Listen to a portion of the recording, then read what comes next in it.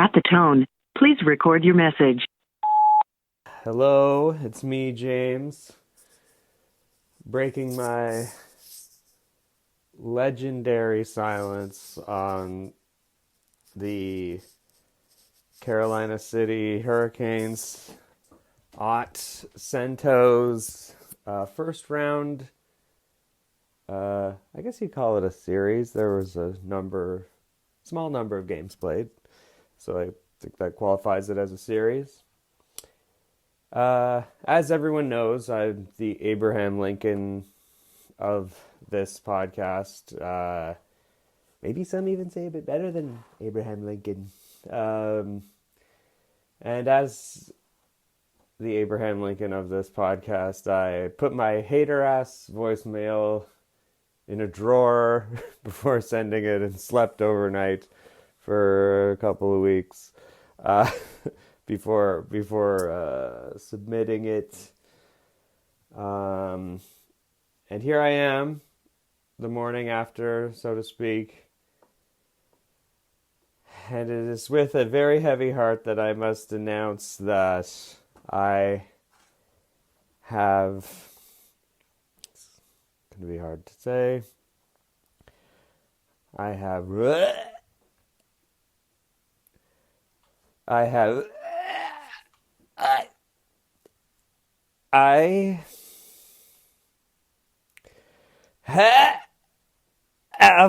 have respect. Ugh. I have respect for the Carolina Hurricanes. That is a good fucking hockey team.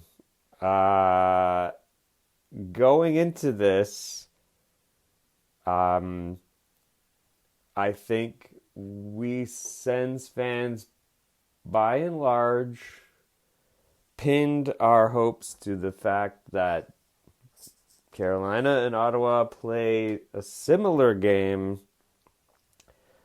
And though the Hurricanes sit atop the standings and we scrape in, they were not befouled by, in some cases, historically terrible goaltending. So we were a bit of a sleeping giant. And now that, we're backing off the crack, we'll show them that we can go toe-to-toe. My feelings on that series was, for the most part, I was watching a team that led their division and cruised to a playoff spot, playing a team that fucking barely scraped in to the playoffs. I believe it was, the third last game of the year? Yeah, I just thought that they were on a completely different level. In fact, so much so that they made the Sens that we watched be incredibly well coached, incredibly disciplined. Again, terrible goaltending, but great performances from the forwards and defense after the penalty kill debacle was sorted out. Which, by the way, not for nothing in the series, I thought the Sens penalty kill was excellent. Excellent. Unfortunately, also, Carolina's penalty kill was excellent. But as I was saying, I thought that Carolina played such a more advanced version of Ottawa's game that they made them look uncharacteristically scrambly and panicky through pretty much most of the series. I thought in game 2, after the first period, they actually looked like themselves again.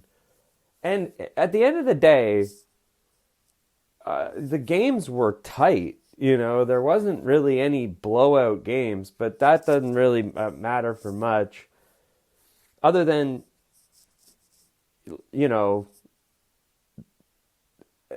I guess I'll get to that.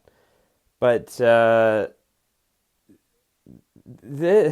will say the difference between this series and the Leafs series last year was we cheered the team off the ice, deservedly so. We love our big burly boys, and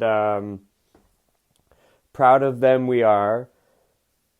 But I came out of that, and I'm sure you could go back in the archives, and I said this, is that I'd roll it back. I'd roll it right back. If we had to play the Leafs again this year, I would do it in a heartbeat. I don't know what happened with that. I'm not sure why we didn't face them in the first round this year. But anyway, I digress. I would not roll it back with the Carolina Hurricanes just yet. I feel like we got a little bit of work to do before I'm in roll back the rim to win mode. And it's a real shame because as Sens fans, this is not a thing we can hang our hats on. We got one of the best goaltending performances in franchise history from Linus Aloysius Ullmark. We got game 2 killed me. We got Vezina Ullmark for 4 fucking games. And we didn't win 1 game. That's I don't know if we get Vezina Ullmark again next year. We might get pretty good Ullmark like we got the year before. And yeah, I don't know. The things like Timmy being snake bitten, I don't really have anything to say. I guess we'll do a full autopsy at some point. Thanks for listening. But I just felt like game 2 was the beginning of the end, in that I thought you gotta win that game. You gotta close that out. You can't get a goaltending performance like that and lose. It's kind of like, actually, Patrick Lilliam's numbers in the playoffs are actually hey, who gives a shit? You know, you got to win the games. That's there's no way to spin it other than we got swept. And I think that as a fan, I put a lot of money up, and I'm hating in the sense that I'm getting a bit tired of being the underdog going into every well, watch out, the Ottawa. I want these guys to scare people. That's my takeaway. I heard that basically, because I'm not watching, I don't know these teams, one less interesting than the next.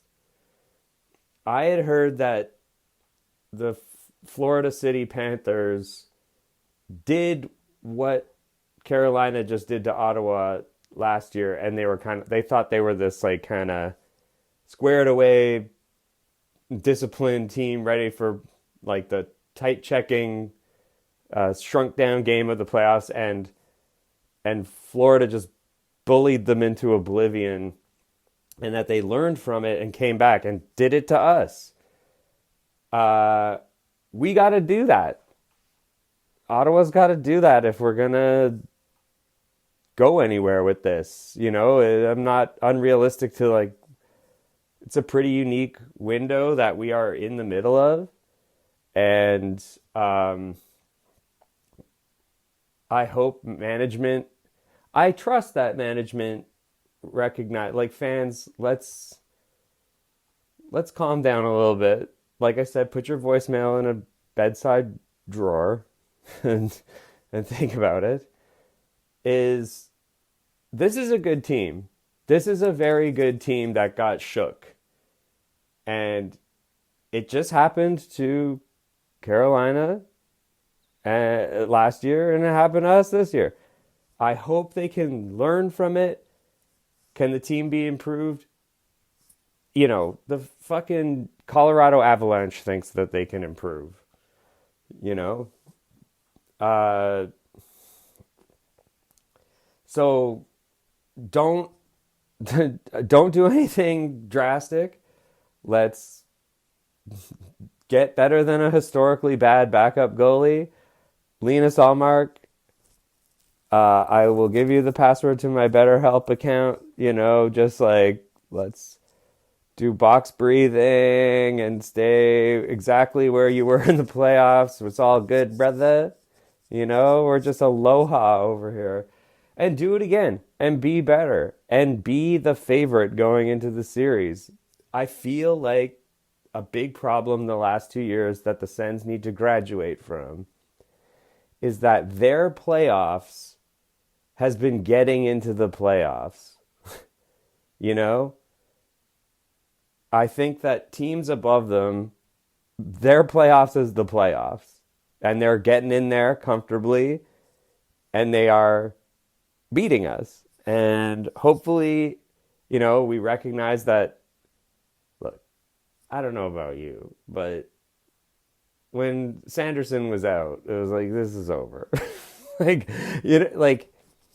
the same way, like if Cale Makar is injured on Colorado, they're like that's a huge blow to the team. It's like we're like a much lesser version than that of that rather. We had some tough health issues. I hope that there's a bit of luck to that. I don't know how much can be helped there, but let's not do anything drastic and learn from it and come back and be a stronger team and be the big dog.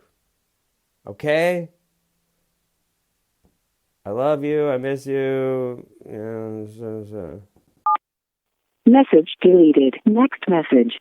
So the summer I turned 23, I had just graduated from undergrad and I was determined to take a solo backpacking trip across Europe. And in fact, I did do this. And I had a great time. It was definitely a formative experience for me, as you might guess. And when I got back to Canada, I did actually have a job lined up. I was going to start a master's degree, and my research was going to be funded. And so this was great.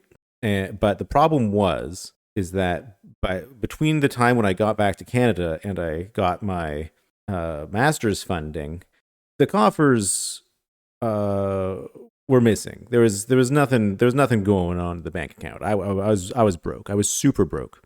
Like I wasn't gonna get all on the street or anything. Like it wasn't like so dire, but it was definitely like into like 2 boxes of craft dinner a day, and that's your meal sort of territory.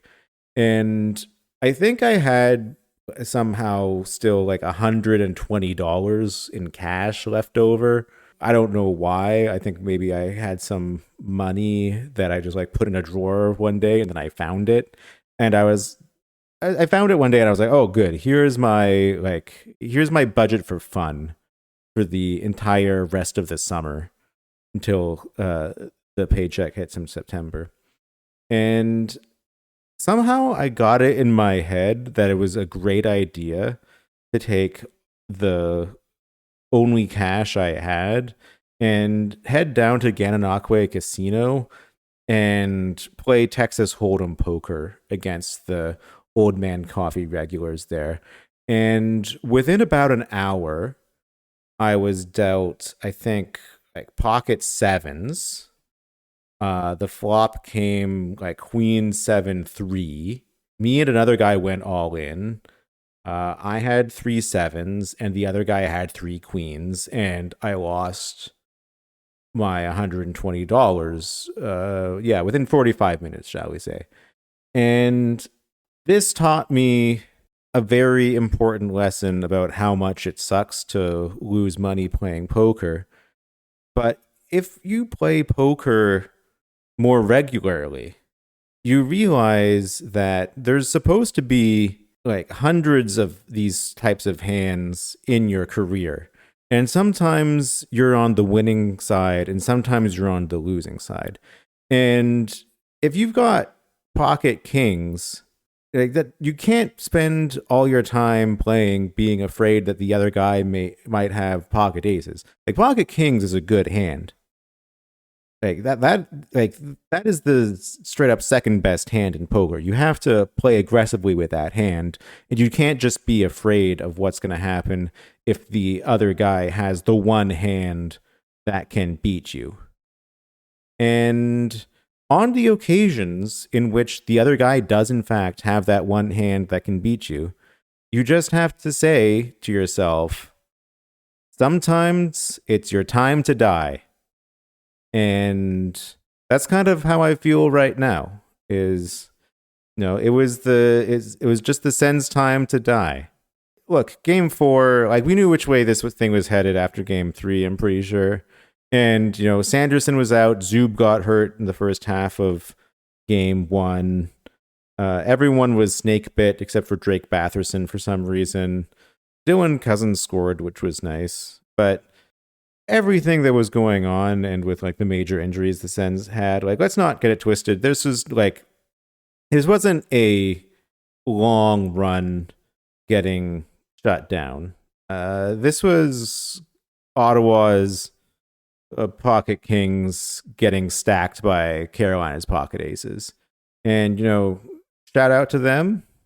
But for us, I think, we just have to shuffle up and deal the next hand. Just buy right back in. Like I've seen some people saying that they wish the Sens didn't make the playoffs at all, and I just don't understand that, because for me, the last 3 months is way more meaningful than the past 4 games, and even those 4 games were pretty close, and Ottawa didn't look out of the series for too long.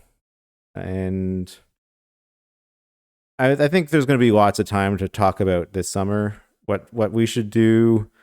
But for now, I absolutely don't regret the fact that the Sens made the playoffs only to win 0 games. They had the shortest possible playoff run. It's fine. It would have been way more dire if they got swept by the Leafs last year.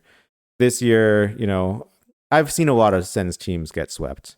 I've seen them get swept against Toronto. I've seen them get swept against the Penguins. At least this Sens team had, more heart and balls and spine and other anatomical parts that have to do with courage. Yeah, for me, it was Ottawa's time to die, and that's just the way she goes sometimes. And yeah, I think Tim Stützle, let's work on finishing a bit. Drake Batherson, let's work on winning some board battles. Brady Tkachuk, let's talk about that later. Thomas Chabot, you're perfect. No notes. We'll do a podcast soon. We'll get more into the future, but for now, I think Sens made the playoffs. That's all we really wanted. Got the worst possible opponent. Got their asses kicked, and yeah, Boyer fucked me. It's the way it goes. So yeah, that's what I got. Varada, looking for you to come through in the clutch with some choice Camus quotes now. Message deleted. Next message. There are 2 wolves inside each of us. The first wolf is the one who fell in love with the game of hockey, who can enjoy hockey in the abstract, objectively, unmoored from the fact of our fandom, the fact that we love Ottawa and feel like Ottawa is underappreciated, and we have the chip on our shoulder of growing up in Ottawa and understanding how people feel about it. this first wolf is the one that's able to look at the Carolina Hurricanes and think, maybe there's something genuinely interesting going on here. You know, as I'm recording this, they've obviously swept the Sens and they're up 3-0 against the Flyers. They're going to have to play Buffalo or the Habs in the conference finals, and I don't think they'll have any trouble with either of them either. Although, who knows? If they beat, let's say, the Sabres in 4 or 5, there's something that needs to be written about how the Hurricanes have cracked the code of hockey. They've done something, and the fact that it's we're all interested, at least conceptually, in data-driven decision-making and analytics. And I think generally speaking, most of us, when we think about data and analytics, we mostly just think about referring to data before you make a commitment to a contract. But at a systems level, at a gameplay level, it seems like the Hurricanes have distilled this like marriage of data-driven decision-making and strategy at the gameplay level, and have developed basically like the perfect defensive system. And you could say, well, how perfect could the defensive system be with Freddie Anderson in net? Well, it's such a perfect defensive system that they can make Freddie Anderson a 97% save percentage goaltender. This first wolf inside you is able to look at this and say, this is genuinely interesting. Something is happening inside the game of hockey. And we should either admire it or we should be afraid of it, because somewhere down the line, maybe every team's going to learn from this and we're going to end up back in like 1990 style defensive hockey where every game is 1-0 and every goal is a garbage goal of just a total random outcome. You know, you see what's happened in baseball, and you know the game is basically ruined at this point. There's very little that happens outside of what is projected to happen. Obviously there's exceptions to that. But for the most part, when I talk to baseball fans, they say, the magic is gone from the game. Now it's basically the output of a spreadsheet algorithm. So this first wolf inside you might look at this and say, yeah, okay, the Sens were swept, but they're part of this grander narrative about what's happening inside decision-making in hockey, and that's genuinely interesting. And, I mostly think hockey journalists are trash. They're like soap opera writers. I mostly think hockey journalists are like TV guide soap opera journalists, where they're just detailing the latest thing that happened and like the latest thing that was said and what it might mean, like basically gossip. I very rarely see somebody write about systems level decision making and what it might mean, and do a deep analysis, like what makes this Carolina team special. The second wolf inside you is, of course, like, fuck all of this. They swept us. This is humiliating. Fuck them. Fuck the game. Fuck every single adversary that we have. This is a boring ass Southern State team that doesn't deserve to win. We have the passion. We own the game. This is injustice, And these are equally, I think, valid perspectives, these two wolves inside you. And it's going to take some time, I think, for us to be able to go from one to the other. I'm definitely in that place where, I feel like we saw something that was close to a Hamburglar run to get us into the playoffs and then getting swept. It feels like the Hamburglar run where we got in and then we just lost against Pittsburgh in the first round. I think that was Pittsburgh we lost against, but we lost in the first round. And it felt like such an injustice after that magical run. Or the year that, the Sens went to the finals, and then the next year they started in this like completely dominant fashion, and then they spiraled and they barely made the playoffs, then they got swept. And it just feels like an injustice that how can a team do something really special in a season and then be so unceremoniously dispatched of? And it's going to take some time for it to not hurt. I look at the team's Instagram account and I see the fan appreciation nights and like Stutzla and Olmark out there signing autographs, and I just think, how can anybody celebrate Ottawa Senators hockey right now? And of course, our cooler heads will prevail. Eventually, we'll look at it and we'll say, we didn't have Zub, we didn't have Sanderson for a couple of games. It was pretty close. But eventually, I like to think we'll get to a place where we can just admire what's beautiful about the game. I don't know if any of you watched that first Colorado-Minnesota game, but that was a lot of fun. I hope you can get to a place where you can derive joy from hockey again. One last thing I'll sort of say is I thought that, the Sens power play in that first round was obviously pathetic. I think it scored about 23% in the regular season. And I said to myself, and it made sense to me, that if the Sens scored at a 23% rate in the first round, that first round would have been completely different. Especially because they had a number of 5-on-3s. Well, I did the math, and it turns out it probably not. Obviously, these things are, game states change whether you're up or down, so it's not apples to apples comparison here. But if you just took the games as they were, and you just superimposed on that the Sens scoring at a 23% rate in the power on the power play, it doesn't turn into the Sens winning in 6 or something like that. What it turns into is it takes 3 of those losses and turns them into a coin flip, which they kind of already were. It doesn't really turn those into a definite win state. It basically gives the Sens an extra goal per game in games 2 through 4. And they lost all those games by 1 goal anyways. So, it's kind of a wash. I thought this might comfort me to think, okay, if the Sens just scored at 23% rate, we'd be in the second round. Learning that we probably would have lost anyways. You go back to that first Wolf, you have to sort of like find your love of the game itself in order to just not, wash your hands of it and walk away. Or you know what? Fuck it, wash your hands of it and walk away. You'll come back. The draft will draw you back in, or next season will draw you back in. Take a break. Go spend time with your family. Go watch a movie. There's a new Dune movie coming out. Go watch the trailer. It looks really great. Message deleted. End of messages.